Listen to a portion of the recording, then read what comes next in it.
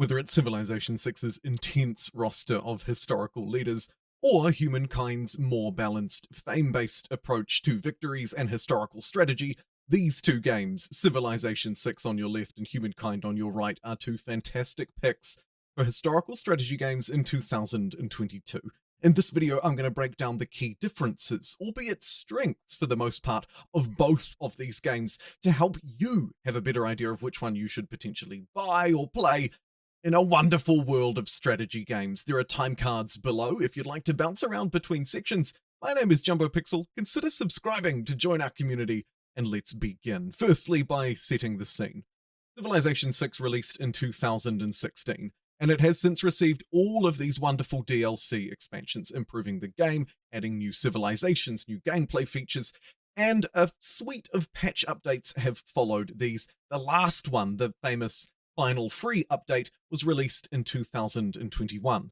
Civilization VI is a complete experience, whereas Humankind, having released in August of 2021, is in really its relative infancy in comparison. It has received one DLC expansion, the Cultures of Africa DLC, which added some new cultures and wonders to the game, but for the most part we could consider it still in its post-release development, and it likely has many years to follow. Let's break down the first key difference between these two games, and it's really how they handle the historical journey. Here you can see in Humankind it's divided into eras, and within each era I'm rewarded fame, or you can kind of think of this as score or points, for my various actions throughout. The builder stars are awarded for building a certain number of districts, military stars for successfully defeating enemy units. All of these victory stars, scientific, builder, military, etc., combine into my fame points, and it is the player with the most fame at the end of the game who is victorious. Humankind therefore allows us to branch between different cultures, different historical flares. Each one has its own emblematic unit and district to build throughout its many in-game areas. It's much more flexible, it's much more diverse, and it rewards players for the journey that they play out.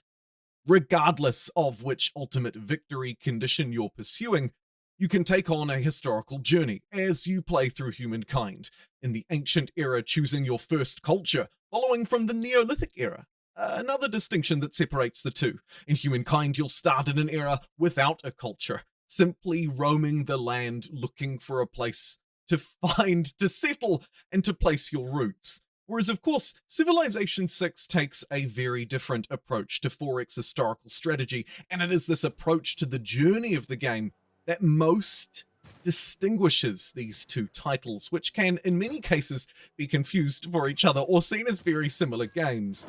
Civilization VI's approach is, of course, very different. You choose one civilization from the beginning of the game, and then you build your journey, you build your empire. There are other differences, of course, to the way that the games play out, but this is the key difference that helps to establish the scene and really distinguish the two titles. Civilization VI, in this game, for example, I'm playing as Rome, but you will see more throughout, therefore really delves into the detail of its civilizations. You choose one and you play it throughout. You are led by its historical leader, not an avatar created by someone from around the world. It therefore builds a story and a journey from the start that is continuous throughout. You have your one unique unit, which you'll use in its appropriate era, and it will quickly become redundant as you move beyond that. You have one historical leader with a set of traits that are much more detailed and nuanced than what Humankind can offer in its more generic system. And it has to be, because in Civilization VI, from these very early foundation stages, right the way through the game, you are playing as one historical leader. Of course, it's important to note, and I will touch on this more later in the piece, that this also breeds Civilization VI's greatest strength, or one of. That's its leaders and its diplomacy. You can see the intense roster of historical leaders in this video. There was John Curtin of Australia, but there's more where that came from, of course. Here is Gorgo, Queen of Sparta, and one of the leaders of the Greeks. It is Civilization VI's approach to these historical leaders that help give it that 4X historical flair that we desire from this kind of game. It also leads into greater diplomatic features throughout the game, including trade. friendship, diplomacy, relationships, some of which you've already seen on screen and you'll see more later. But it's important to note that this is Civilization 6's rebuttal to humankind's rewarding of the journey. Civilization 6 says, well, you can change your journey with humankind, develop it, you can be more flexible, but I will offer you a much more detailed roster of leaders to fulfill your historical itch. Moving along to combat, and this is an area where Humankind and Civilization 6 again really significantly differ. Here you can see Humankind's combat playing out, and essentially Humankind offers it to you in three ways. You merge all of your units together across the map in armies, rather than moving them one at a time. This allows more flexibility across the world. You can then enter combat, where within a turn it's broken down into rounds. So in turn 89, you can fight 3 rounds of a conflict within this one in-game turn. You can choose to instantly resolve it and have the battle done, or you can manually control each round and each unit, adding a layer of strategy that Civilization 6 cannot add. You could also, of course, choose to do something in between, like I'm doing here. Manually trigger the battle to see your units fighting each other, and then flick it onto auto, sort of a semi-auto resolve, if you will. This flexibility that Humankind offers, I'll come back to a little bit more later, really does help to create more significant tactical battles. Over on Civilization 6's front, the battles are a little more simplistic. Fights are simply a point and click. However, it's important to note that both games do reward certain things like promotions, like land types, high elevation versus low. In fact, when it comes to promotions, and you can see a few of them on screen here, Civilization 6 actually takes the cake. It rewards you for keeping your units together. It provides promotion classes very specific to specific unit types, and it rewards the player for, therefore, keeping their units alive longer, promoting them in more nuanced ways, giving them better strengths to make better use of those features that I was talking about earlier that both games lean to in their combat. Rivers providing a combat penalty, hills or forested areas providing combat strengths from high ground or from protection from ranged fire. However, it is this element to Humankind, its manual assaults, or its auto assaults if you choose to play your combat that way, that really helps to separate Humankind out from Civilization 6.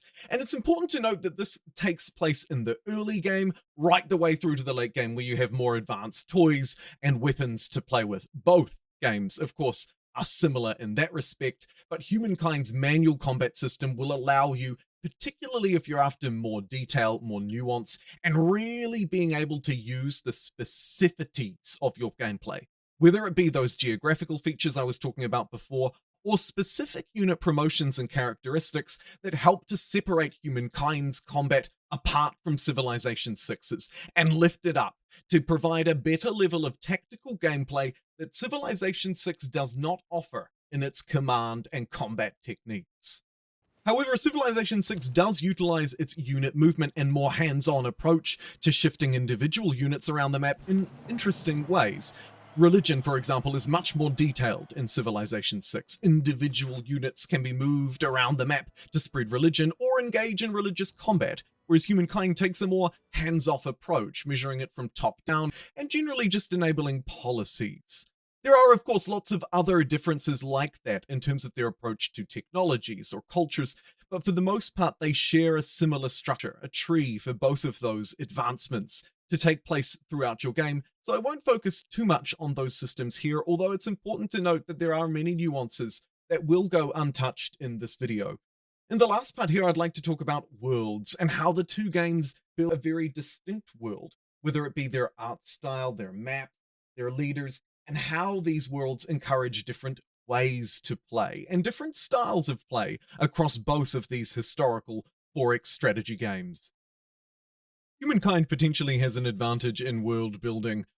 When we compare it to the likes of Civilization 6, you can see a difference in graphical quality that's likely inherent in Humankind because it released in 2021, some 5 years after Civilization 6. You would expect it to be a little more beautiful, but indeed the way that the worlds are structured, and this is objective of course, will create different gameplay experiences. You're going to be staring at this board for a long time, so I think you should be considering in the back of your mind which one you like the looks of better. Again, that's subjective, so I'll leave it up to you, but I think that Humankind's UI and graphical experience does benefit a little bit from being considerably more modern than Civilization 6 as its most comparable counterpart. However, Civilization 6 sits at the top of the Steam most played, most popular strategy game list for very good reason. It has built a beautiful historical world, and it really has a strength over Humankind if you prefer the city building, district placement elements that Civilization 6 delivers.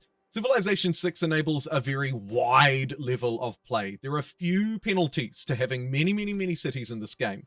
You can stretch far and wide and plan out each and every city in a very intricate level of detail, with district adjacency bonuses and improvements far more detailed than what Humankind can offer. Humankind, however, of course, offers this more flexible and free world right from this phase, the nomadic era in the beginning of the game, where no culture is chosen and we're literally living off the land and looking for a place to settle, right the way through into the later game, where the flexibility of choosing a culture in every era allows a more adaptable play style at that higher level. Again, to jump back into Civilization 6, though, and play devil's advocate once more, the world that Civilization 6 builds, and that real specificity to having your religion and controlling every apostle involved in spreading it, to having your one historical civilization, and really crafting it carefully, building trade routes and relationships with known historical figures that stay throughout the game, has a continuity to it that I think players really enjoy. So here there's a diversity and a balance and a difficulty to pick between the two. And this will ultimately shape your entire experience with these two games. Humankind builds a more flexible, adaptable, objectively perhaps more beautiful historical world to play in. Civilization 6 crafts a more detailed focused, nuanced look at playing through one history, one historical civilization in a world of very familiar faces. And it's those key differences that will separate these two, might I add, fantastic games that I have thousands of hours in both of them. Now let me share my recommendations for you at the end of this video. Humankind is available in a variety of forms. As the more recent game, it is more expensive to pick up from retail. However, it has a demo version that you can play for free on Steam, and it's also available on Game Pass. If you have that subscription, you can play it fairly easily. I'm part of the partner program. If you'd like to purchase a copy, I always have a link in the description that you can purchase it through me if you want to. But by and large, I'd recommend picking up either the demo or the Game Pass version as a taster, and then if you want to experience it, go in and buy the full version. There's no huge need to buy any of the DLC for this game upfront, so you can probably get away with just the base game of Humankind as of right now. Civilization 6, however, is a completely different kettle of fish. Do not buy this thing at its full retail price. It released in 2016. You don't need to be paying $100 for it. If you can't find it for free, as it is every now and again on stores like the Epic Games Store, I'd recommend you grab it at a 75% off discount at the very least. Otherwise, you'll be ripping yourself off.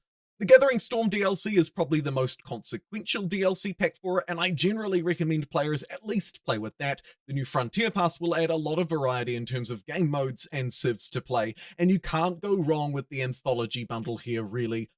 I do also note you could grab a PC demo if you wanted to pick up a free version. With loads of other experiences out there on offer, there are many other games to consider, like Old World, and I'd be happy to cover more of those variety options in future. However, I would also note 2022 is the game, or the year, I should say, for a variety of other strategy games as well. We've got Falling Frontier and a whole load of space games, 4X games, Dune, Spice Wars, Old World gearing up for its Steam release. It's a very great time to be a strategy gamer. I hope you've learned something useful in this video, and I'll see you in the next one.